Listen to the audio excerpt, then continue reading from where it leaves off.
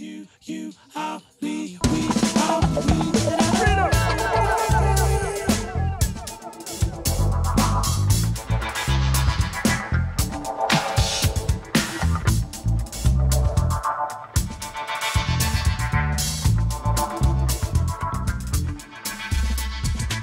Yeah, well, basically, I've kind of been asked a lot of questions lately. I've recently joined the Facebook thing just to get you know, back in the know a little bit. I mean, I promised myself I would never get there, but lo and behold, I have a Facebook, and one of the most commonly asked questions, they're like, "Oh, what happened, Nate? I mean, like, where have you been? What have been going on? When are you coming racing again? And how are you going to do it? When are you going to do it?" and all this stuff. So basically, I wanted to do this interview to just sort of get everything out there and just say exactly what's been going on and answer a lot of unanswered questions. First of all, like, I just want to say, like, in the last season of World Cup that I had, I mean, where I basically disappeared off the scene halfway through the year and then come back and race Worlds. I'm not going to sugarcoat it, the team just fell apart and something was wrong and I wasn't getting the results that I wanted to get.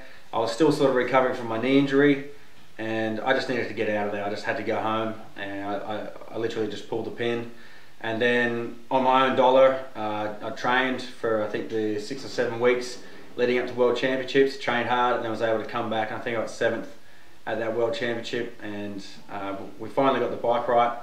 And yeah, so there was none of this stuff that I got sacked, there was none of this stuff that I did anything wrong. It was just the fact that I needed to go home and concentrate on World Championships. It was just one of those things where you know something's not right and just had to fix the problem. So so that was it. I know everyone's looking for this crazy story, but that's just yeah, maybe, yeah. How many years did you actually do the World Cup circuit? Well, including the last season, which you may as well include, I did 10 years solid on the World Cup circuit. So that was from 99 to 2009. So in that time, I circumnavigated the world 14 times, and I lost count of the amount of flights that I did at 440, and that was about in 2007 sometime. So around about 500 flights in 10 years. As things went along, I mean, like, the idea was to have a year off after those 10 years and then come back. Although building the house sort of rolled over a bit longer and it took a longer period of time, I was concentrating my efforts on that. I had to get a regular job because I was becoming short of money, and that sort of rolled into 2 years. People are always asking me, when are you going to do this, when are you going to do that, but I still had this unfinished project and I couldn't just leave it.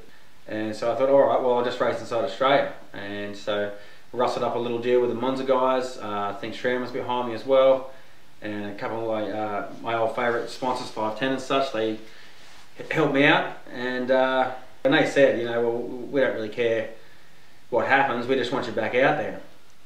And all of a sudden that sort of turned into the Rennie's big comeback. You know, this is it, he's racing inside Australia and it's going to be the big comeback. And at that point I hadn't done any training at all. I mean, I'd received the bike not long before I started racing. I think it was even like that weekend that we got the bike together and raced down in Eildon. And yeah, I definitely wasn't getting the results that I was after. I think I got 7th of that race, I might have got a 3rd at Mount Buller, and then I broke my hand halfway through that year as well in an un-bicycle related incident.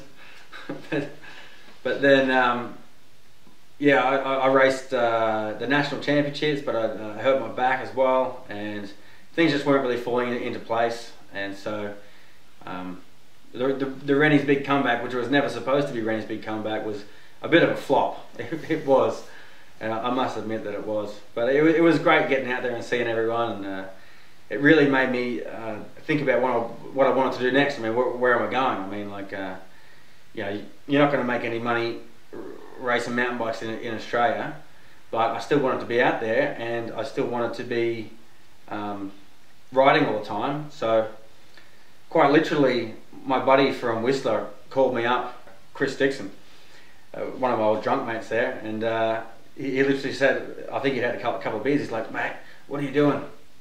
Let's do some camps. Let's get some camps together and it'll be unreal. I'm living in Queenstown now. Look, don't worry about anything, we'll just do these camps." And I'm like, oh yeah, well, yeah. But in the back of my mind, this light switch was just it just took off. And I just knew that it was exactly the way that I wanted to do it. I didn't want to travel that much. I still wanted to ride, and I still wanted to enjoy the lifestyle and ride fast. But I also wanted to teach the guys. I mean, like I'd done some smaller camps along the way, like with the junior guys. I'd also done like clinics and such. And it's amazing how much that people don't know about mountain biking and about downhill. And so instantly the lights just went on. I mean, this is exactly what I wanted to do. I can still have regular sort of normal lifestyle. I can still ride my bike, and I can pass on what I've learned from those 10 years. And then I just love the idea, and then we started just bouncing it off, and I got that good gut feeling with it, and I'm just going to roll with it. I mean, I'm going to enjoy meeting people that have seen me throughout the years. I'm going to enjoy passing on my knowledge. I'm going to enjoy listening to other people's stories along the way. I mean, like already from the camps that we've had, like we had a few different guys there. They're just completely different backgrounds, but what brings them all together is mountain biking itself.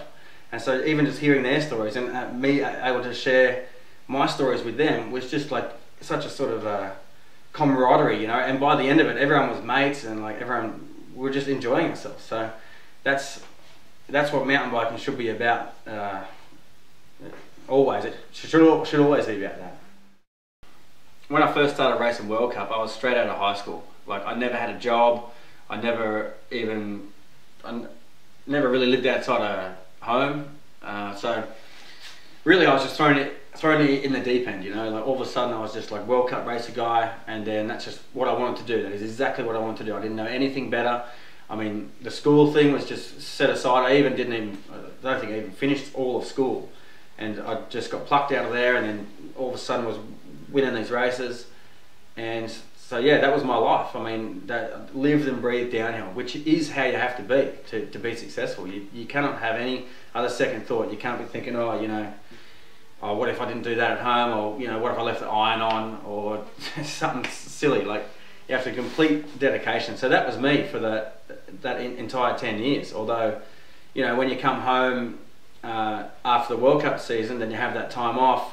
You know, there's always a crazy 3 months of where it's just party time, and it was. I mean, like after a couple of years, I moved up to the Gold Coast, and you'd come home, you'd have all this money, you didn't have any qualifications, you didn't want to get a job, you knew that you had to train, but as of January 1st, perhaps. So you've got like 3 months, and what am I going to do?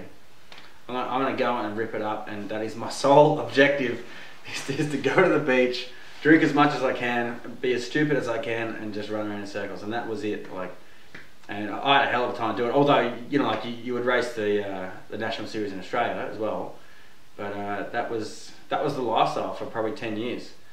But as you know, racing World Cups, you'd come back and do the nationals, and the nationals would generally be a bit more tame and easier to get a good result without training and being in a state of partying anyway, wouldn't it? Yeah, well, I mean, the national series in Australia is still pretty strong. I mean, like even back when, you know, 2003, 2004 and all that, when we had, at the World Cups, we were getting like 5 guys in the top 15 pretty consistently. So then you would come home, you're still racing against the same guys, although the pressure is generally off because those 5 guys are going to get 1st, 2nd, 3rd, 4th and 5th, and that's pretty much what happened. But yeah, it was a real breather, you know, and just the way that things are conducted inside Australia as compared to World Cup is a completely different ball game.